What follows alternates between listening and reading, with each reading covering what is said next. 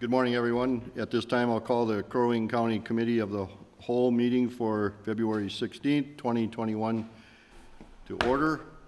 Just a quick reminder to all the commissioners and the presenters that this is an informal meeting. You don't need my approval to speak.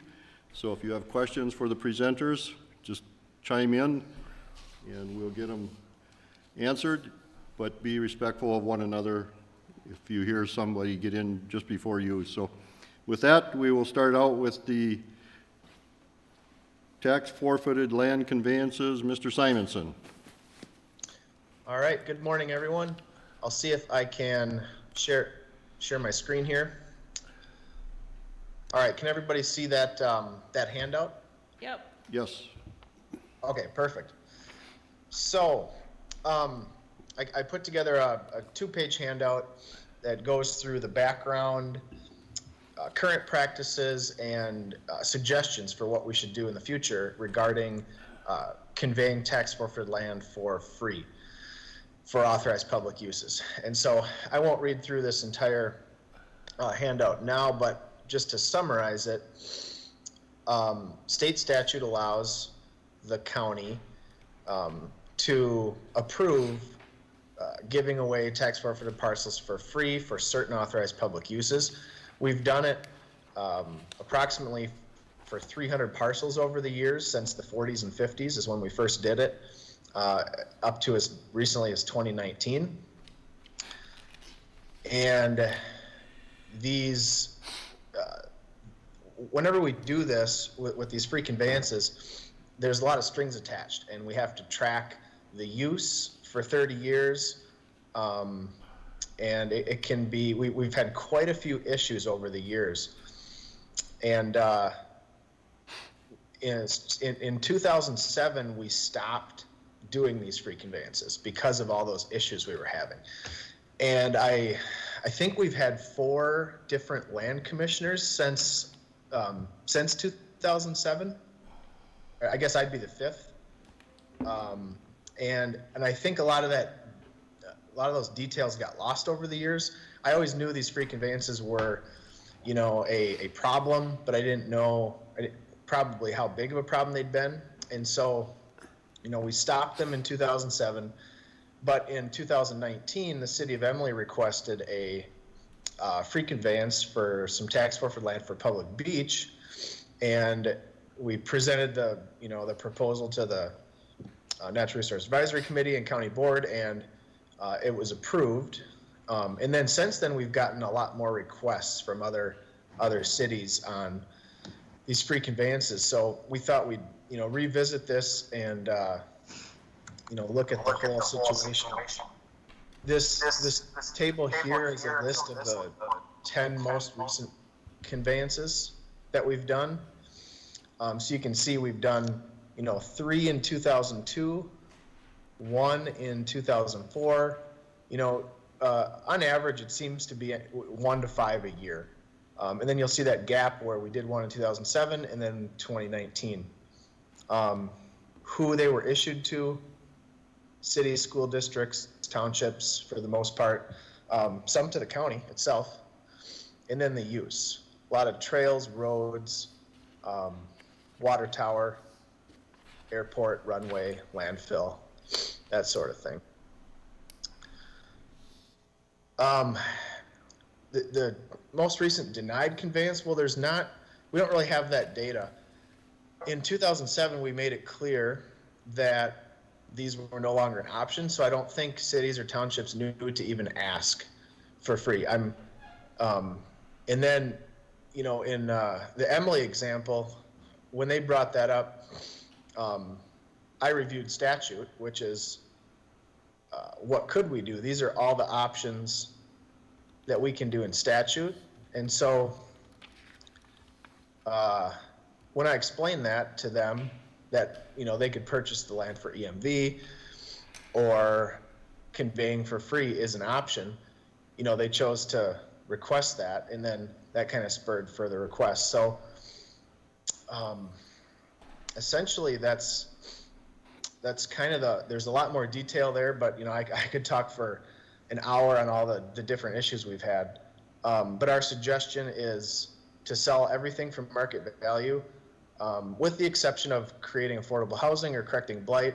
You know, I think those are good reasons to sell for much less. We have $1 per tract in our land sale policy.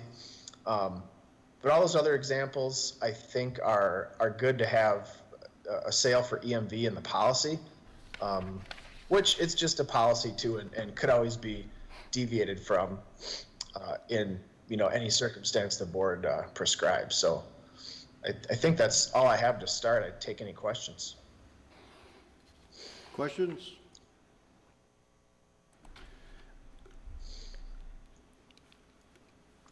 Ryan, let me go think ahead. here a second. Ryan, based on, what about if our goal is for the county to be able to eliminate some of the properties that we have that are, I'll say, landlocked or maybe zoned where they're unsaleable to the public, so we aren't going to ever get our market value out of it? We have a number of those exceptions. Am I correct on that? You mean like landlocked parcels, isolated parcels? Correct. Or? Yeah, and our goal is to eliminate those if we can. Yes, those we identify and we have plans to sell at public auction for the most part. Okay, but if they're within the city limits, they could be zoned where they're basically unsaleable. Sure, the cities can put restrictions on those parcels, like make them non-buildable. That could definitely reduce the value. But there's probably a point where the value gets reduced so much that somebody's interested. But yeah, that is an issue. Yeah. It kind of seems like with each of these, you almost have to take them,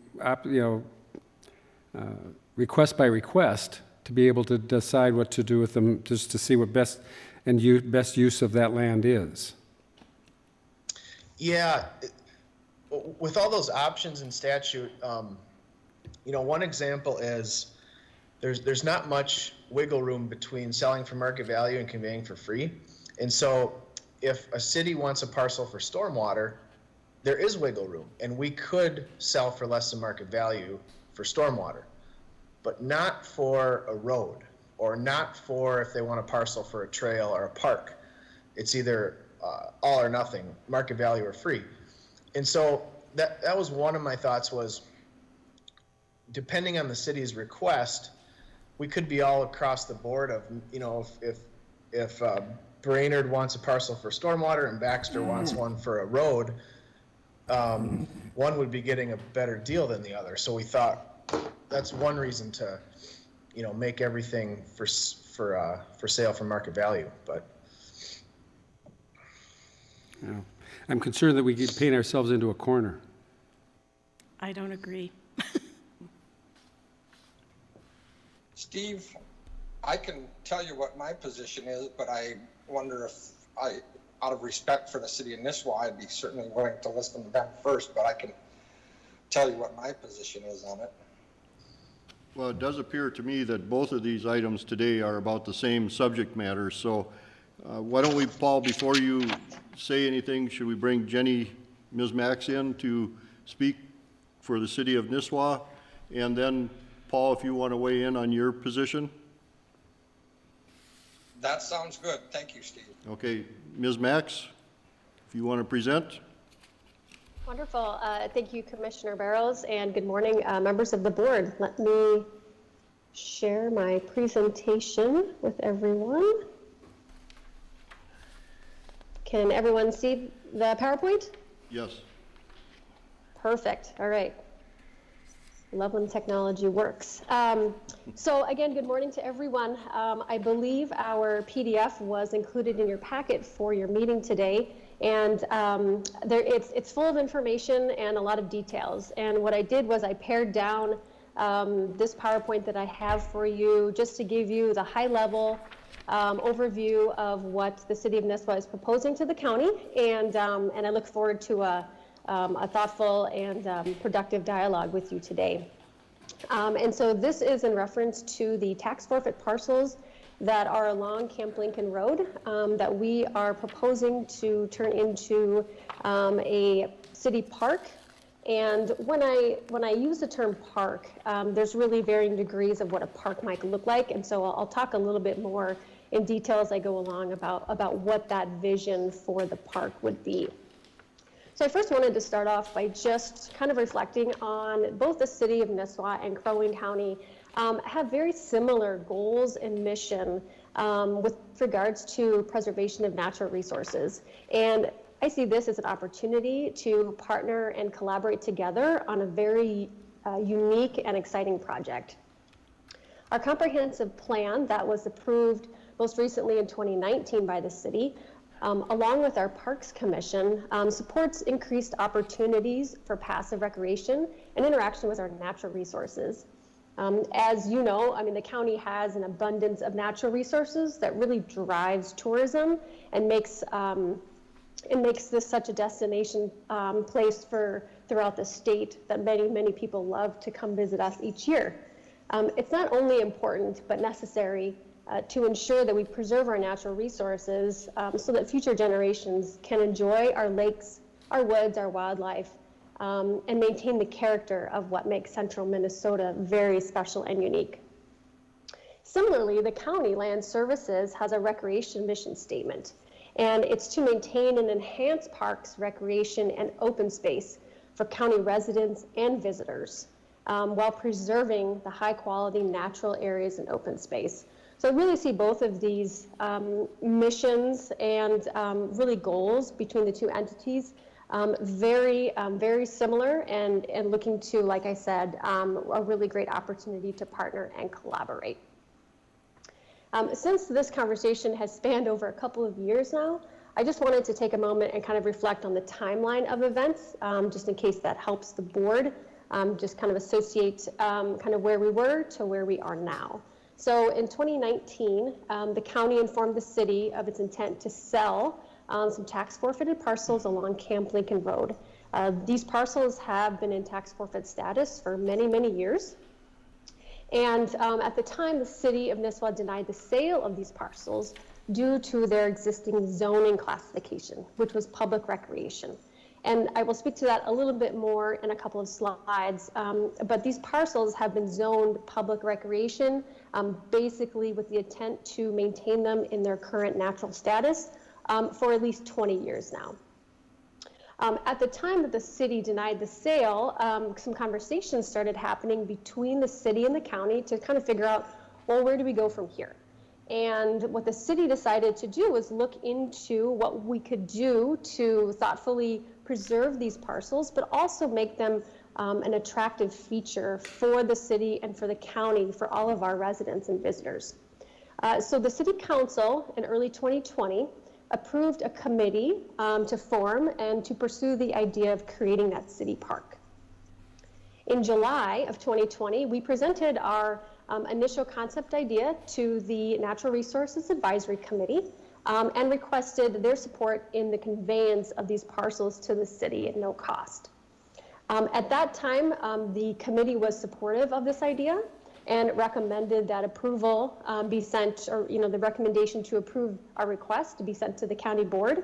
But also at that time, county staff started realizing that there were all these varying types of requests that are coming from different cities, maybe townships, but some of the local jurisdictions within the county, and as Ryan spoke to a few minutes ago, they're all unique in each of their needs and wants. And so how do you create a policy to provide some consistency and assurance for the board, and then also guidance to the staff, which I agree is very important and something that should be looked at and thoughtfully done.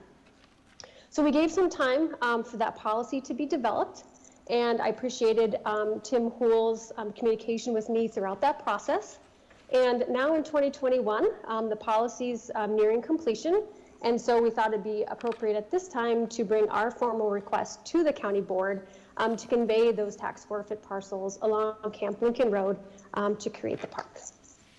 So here are a couple of maps for you. The left-hand side map is the city of Nisswa limits, And as you can see on the lower half of the screen, or of the map, rather, the... Jenny, can I stop you for a yes. minute?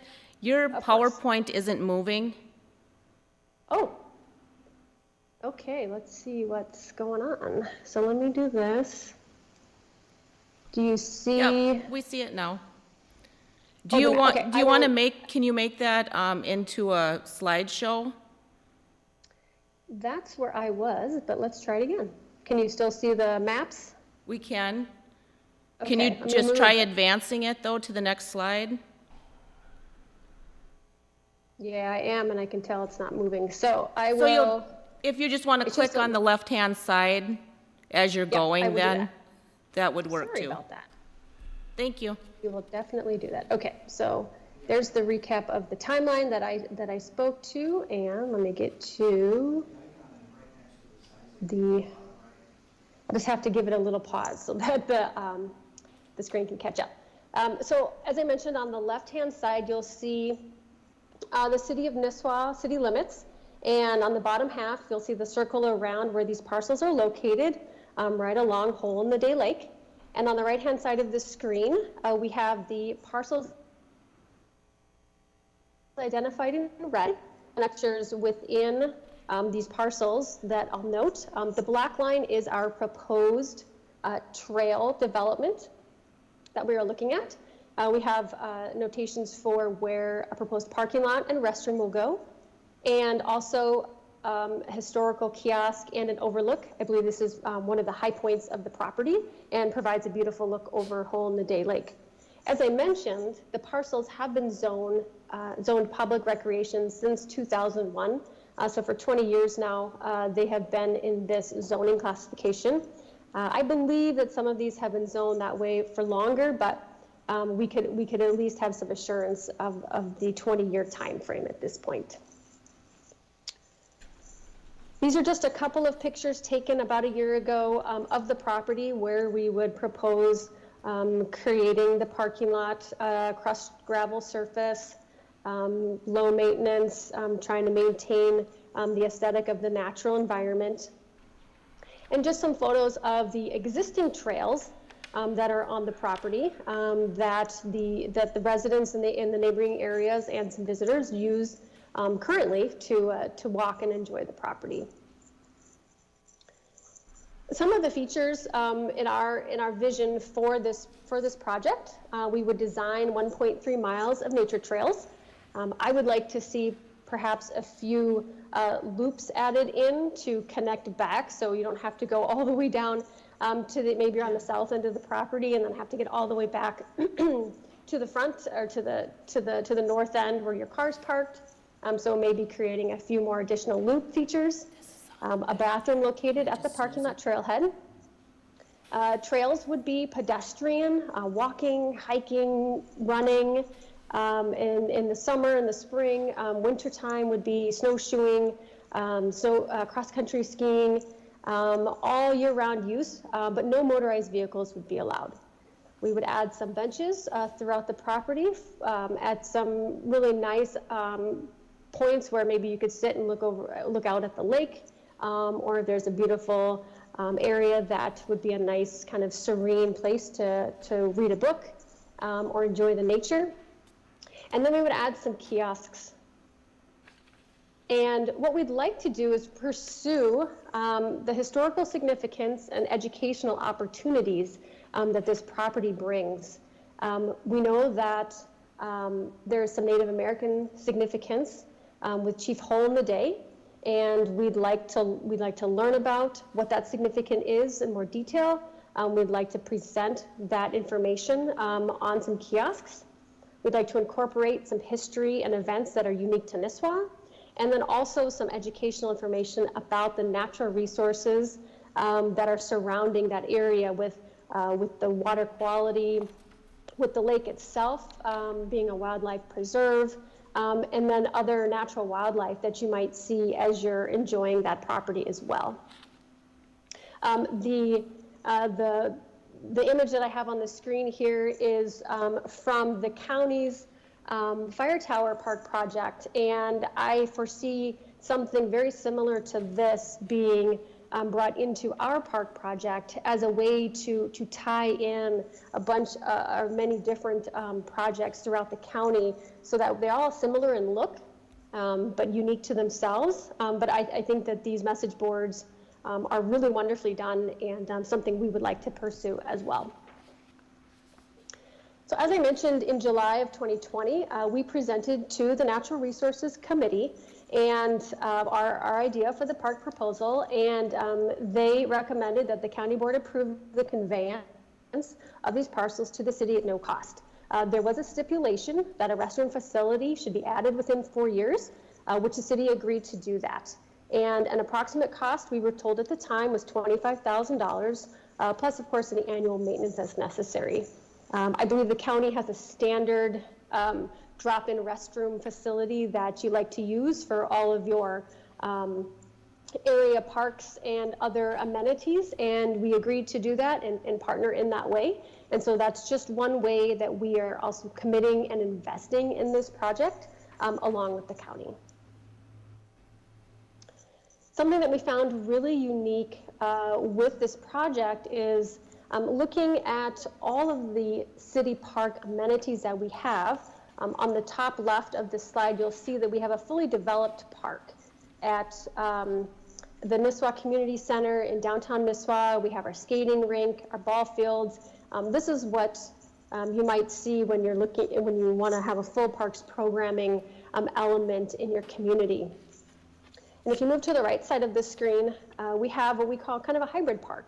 And this is our Nisswa Lake Park. We have a picnic pavilion, we have some benches, and then we have some walking trails. But other than that, it's really, the park is left in a natural state to enjoy kind of the beauty of nature and the greenery and the trees and everything that just grows naturally within the park.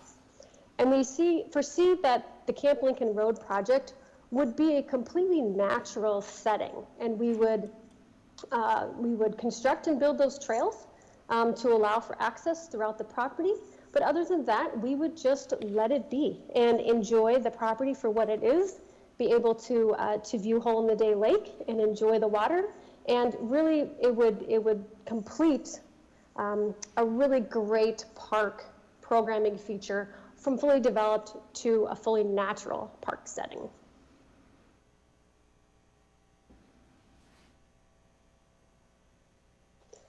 So as I mentioned, we wanted to really partner with the county and with a commitment that the county could potentially bring with conveying the parcels to the city. Our investment would be to create and maintain a public parking area with a restroom, informational kiosks, and garbage cans. We would clear and maintain a nature trail that circles the properties, including the scenic overlook that I've mentioned.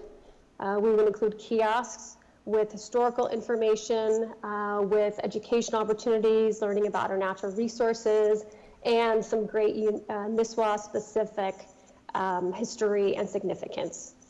All of these costs and maintenance would be the city's responsibility, and we would budget for that annually.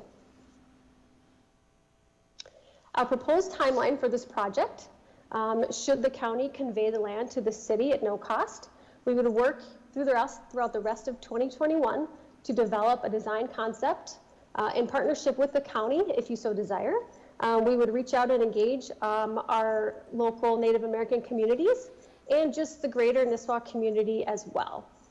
We would seek funding opportunities to implement our design concept, hopefully finding partners who would help create those kiosks, bringing in that great historical and informational significance to those.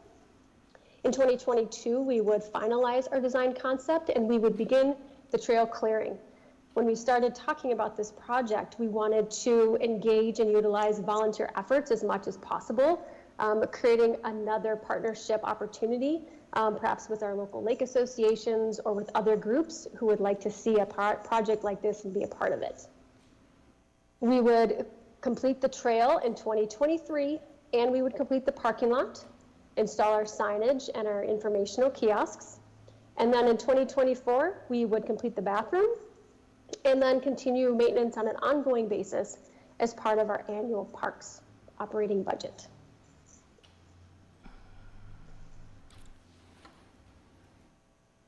So the next steps, as far as the city would like to see, is some more conversation with the county board regarding approval to convey these properties to the city of Nisswa to allow us to create that city park. We would pay for the processing and application fees as necessary. And as part of state statute, as Ryan mentioned as well, there's a requirement that the land be held in that appropriate use for, I believe it's 30 years. But the city's vision is that this use would maintain as it is as a park in perpetuity, and we would continue that on really indefinitely. And that is all I had. I appreciate your time today, and we'll just open it up for questions or comments. Thank you. All right, thank you, Ms. Max. Commissioner Coring, if you would like to weigh in at this time? Yes, thank you, Steve. I guess I thought I thought the county board had this discussion already that we decided that we were going to sell the properties for fair market value. At least that's what I thought. And that's my position. A couple of things. I don't think that selling different parcels to different cities or other units of government, I don't know that that's fair to the rest of the citizens of Crow Wing County. I don't think it's fair to the school district because they are losing out on dollars because of this, not getting any fair market value dollars out of it. So I don't support giving it away. I support fair market value. So Administrator Houle, if I could ask you a question. We have three positions here. One is a state statute, one is the Nisswa zoning of that property, and then we have our county policy, which we just passed recently, which is the EMV approach to these public lands or these tax forfeited lands. What prevails? Whichever one you prefer. The state statute is the limiting factor on what you can do. And so what's being requested, either in the form of the policy, that's allowed under statute, or the exception to the policy, also allowed under statute. Statute's not really binding what you want to do here, and so I think you could set statute aside. This request today is really testing whether or not you wish to have any appeal process in the policy. The policy is what I would say that's what we would normally do. That is what staff will tell municipalities that we are able to do. The question is, what do we do then with a municipality that says, well, we'd like to approach the county board anyway? And that's okay, they get to. I need direction on, what do you want us to do with that? I can say no, they're not gonna get on the agenda, or how do you want that appeal process to look? That's really the question today. It's not that you don't have a policy, you do. How strictly do you want us to enforce it? Mr. Chair, Just go ahead, Doug. Gary or Well, Ryan, Steve, Doug is going to speak first, and then, was it Paul you wanted to speak? yeah, I did say something, but that's okay. I'll wait. Okay. could you, this is to Gary or Ryan, I guess, what does it, in these cases, what do these parcels cost the county? What do we have invested in those? Good morning. Currently, I don't believe they cost the county anything. I believe it was 2 or 3 years ago, we had a land sale up there. I don't know, Ryan, if you have that readily available on how much money was generated from the sale of the timber at that time. But a lot of the, probably the clearing of the trails and the parking lot, some of that work was probably done when we did the logging. I want to say it was 3 years ago now, time flies. But currently the answer is doesn't really cost us a lot. We did look at the zoning issue from a valuation standpoint and did greatly reduce what we believe a potential estimated market value is. I will say the other thing in that statute is the county board can decide how they want to approach an estimated market value as well. typically in Crow Wing County, you've taken the assessor's estimated market value, and that's what we've done since I've been here. You also could choose to hire a fee appraiser if you so choose to form a different opinion of value, or it could be the same, you know, but you get 5 appraisers in a room, you're probably getting 5 different answers. But sorry, Doug, the answer is it's not costing us anything. Well, and that leads me to my next comment then, is if it doesn't cost us anything, why do we, as a county, need to profit on it? When it could be conveyed on at no cost for public use. And I'll add recently I think it was mentioned earlier, the Pequot Fire Tower. That was state property, correct? Correct. That was conveyed to us for $1, if I remember right. So That's correct. we're okay with that as long as the county gets it for $1. But now we're saying we're going to pass this property on that costs us nothing, a very minimal investment, but we want to profit off that to the cities and or townships that potentially could put this to good use and benefit the public. And it just seems like there's a disconnect there. As you know, I've always been in favor of, and again, maybe we just need to determine the uses that would qualify for this, but in cases of parks and roads and such that the public has access to and benefits from, I just can't see us trying to make a buck off of the same taxpayers that I'm kind of stuck with that. So I'll leave it at that for now, I guess. Paul?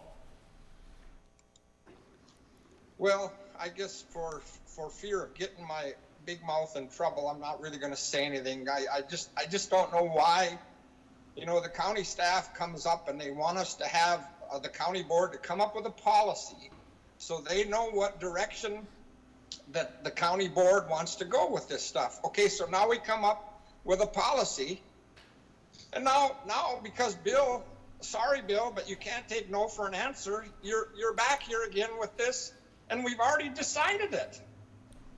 But whatever. I don't favor it. It should be fair market value. Yeah, Gary, I got a question on that too. When you say fair market value, zoning would be a factor in establishing what that fair market value would be, correct? That is correct. So if it's zoned public recreational by the city, there really isn't much chance at this point to be able to sell that, correct? I would say the opportunity would be diminished at the right value. I think somebody still would probably be very interested in the location that it is. If you're an adjoining property owner, for sure. But we thought when we originally were going to sell these, we thought somebody would build houses there, of course, and that is greatly taken away. I am not familiar with the appeals or trying to get a zoning change maybe with the city of Nisswa, so I don't know how difficult, if at all, if they do that or not, but it would be a lot more difficult, yes. You know, it seems like we've have established, I'll say, 2 theme parks already in our county, Milford Mines, the Fire Tower. This would be a chance that the county could participate with the city of Nisswa in kind of recognizing and preserving the historic Native American history in our area as well. So I think that there's, I guess, an exception to every situation, and I particularly see this one as one of those exceptions that can be for greater public use. Well, we established policies for a reason. We just established this policy.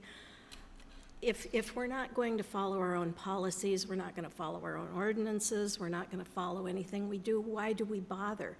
We just had 5 meetings about ordinances. Are we going to now say, oh, we don't want to do that either? I mean, to me, it does, if we make these, just like the VRBO ordinance, a lot of us don't want to follow that either. Should we just throw that out too? We do have an ordinance We do have a policy. I believe we need to follow these policies, and that's why we made them. And obviously, at the time, there was a majority, or it wouldn't be a policy right now. So to Administrator Hool's point about an appeal process, is there an appetite to establish an appeal process? Which I would assume would be bringing it before the full board at a board meeting, and the appeal could be made, and then the decision would be made, and that would be final at that point.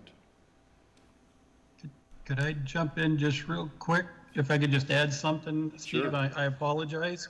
Go ahead. But just my experience, the last two presentations for a park that wasn't a county park, the city of Emily came to Natural Resource Advisory Committee with a great plan, an actual plan and an implementation timeline. Nisswa is doing something very similar. Maybe you definitely can have appeals, and I think there's always exceptions.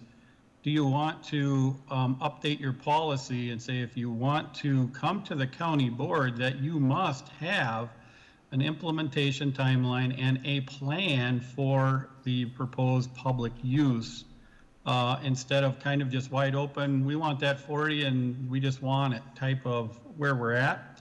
I just wanted to spitball that out as an option. I see that at least what the city of Nisswa is doing here is thoughtful and have an actual plan they're going to implement, not be given some property that is not going to be put to the use that they say, or that they propose. So that would narrow the opportunities, and if the folks that are really serious are the ones you probably are the want to target and probably partner with. But thanks.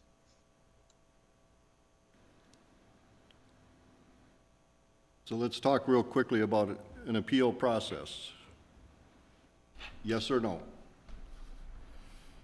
Oh, I would entertain that as well. To Gary's point, I'm not sure that, we should look at this as an appeal, that why we couldn't work this into our policy or ordinance as an option. So if you come to us, it's not automatically denied, and you've got to go through the appeal, that it would be considered based on the verbiage in the ordinance, to move it up a little bit other than having to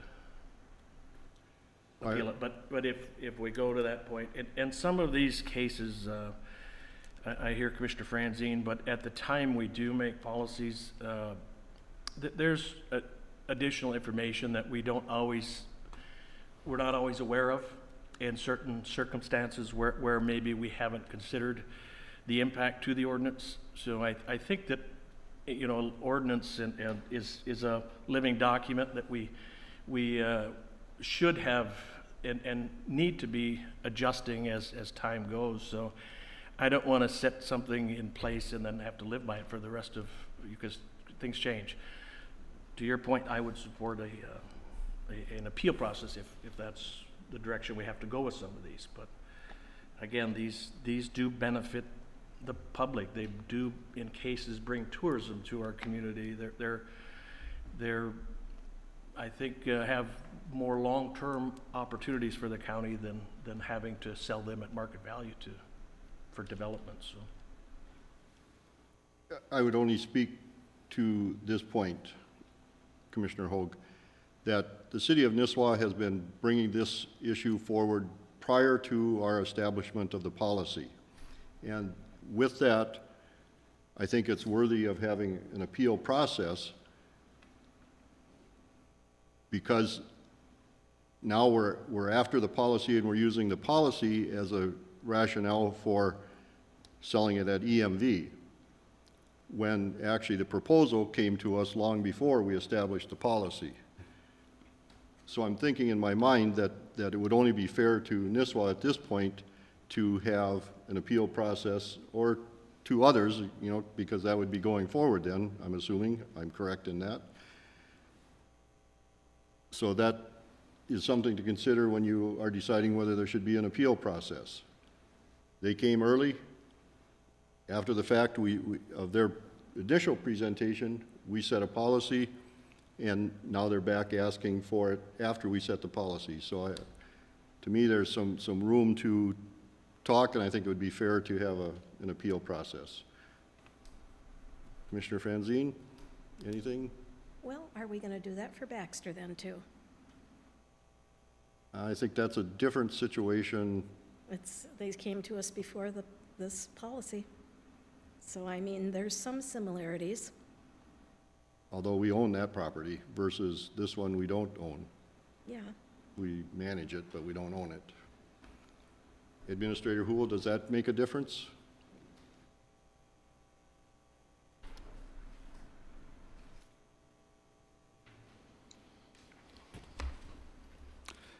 Consider that you have two things in play here. One of them is ordinances, the other one is policies.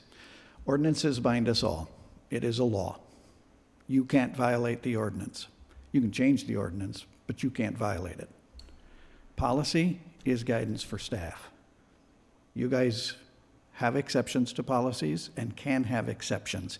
I use the term, Commissioner Hoag, appeal. Doesn't have to be.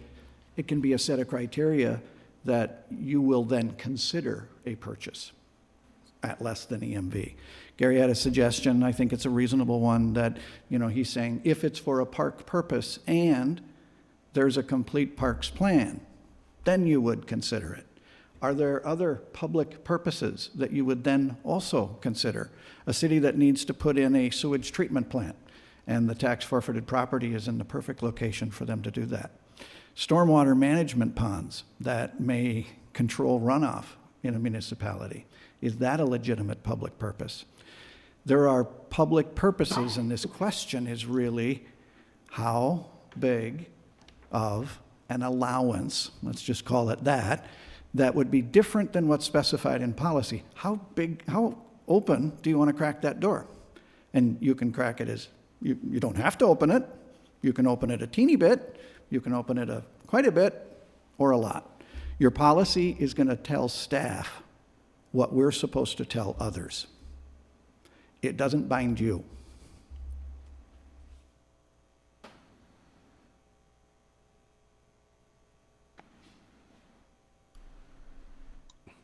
Only one other point. This is relevant because there is an interplay between what the county does and what the city does, or the township does. And you can see it in the zoning. If this were zoned residential, it has one value. If it's zoned for public recreation, it has a completely different value. We're not in charge of that. And so the city or the township has the authority to change what can be done with that parcel, which of course will impact the market value of that parcel. We're going to see that on display in Baxter, the Camp Lincoln parcel. Is that parcel available, or is that parcel worth as much sitting there today, given the fact that it's encumbered for the use of, it's not Camp Lincoln, Camp Knutson? Bonasek. Bonasek, thank you. I get them all confused. Is that parcel worth as much because it is encumbered? It can't be used. Only Camp Bonasek can use this, this, this, and this. Does that affect the market value? Of course it does. You see, there's an interplay between what others do and what we do. It's not that we're operating in a vacuum. And so you have to contemplate this from the perspective of, we're not the only ones here that can exert influence. They can do it through zoning, and then we also give cities and townships the authority to pull things from the land sale. You don't have to do that, but we do. And that also has an impact then on which parcels are out in the market and which ones aren't. So there's an interplay here. We're not operating in a vacuum. And so do you wish to do something different for other public entities that would consider their missions or not?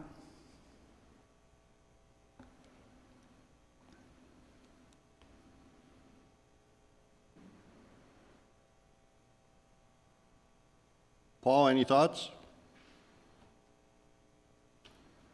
Nope, I still have the same position. Thank But you. it appears that there's probably 3 in favor of it, so I can see which way we're going. So, good enough. I'm not sure which 3, but Commissioner Brecken, do you want to weigh in? Well, I would be in favor of an appeal process.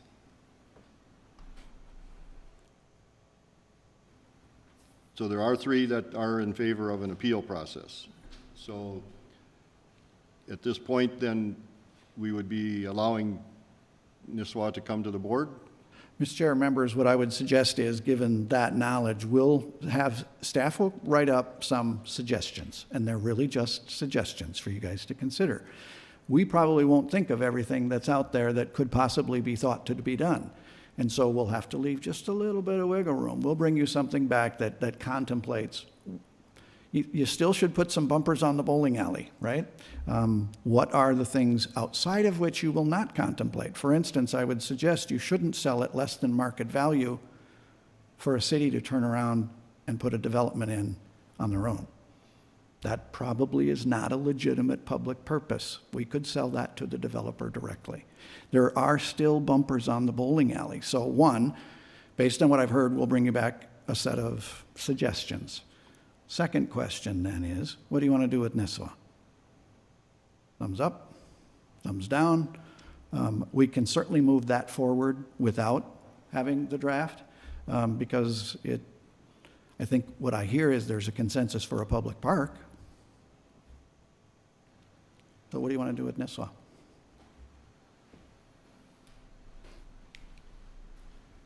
Well, this was recommended by the Natural Resources Advisory Committee to forward on at no cost, and unfortunately then in between that time, this policy came up, so it caught them in the middle. But I, again, as I think most of you know, I'm in favor of continuing to work with our partners and help to create parks or whatever public benefits there are without trying to make a quick dollar off of. Basically, these properties are every taxpayer in the county, so I don't know why we should profit off of that. So I'm in favor of conveying it at no cost, or $1, whatever we have to do. I'd also be in favor of that. And if I'm misspeaking, correct me. So Commissioner Franzine and Commissioner Coring, you would not be in favor of that. Would that be accurate? I'm in favor of following our policy. Okay. And Paul, I don't know if you Correct, could, correct, Steve. okay. Yeah. You know, sitting in this chair position is really a pain.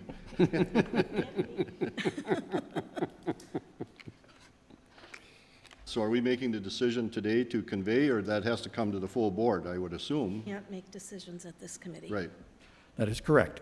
You're not making a decision today. You're telegraphing to staff what your decision's going to be. And that tells us whether or not we should put it in your packet for consideration or not.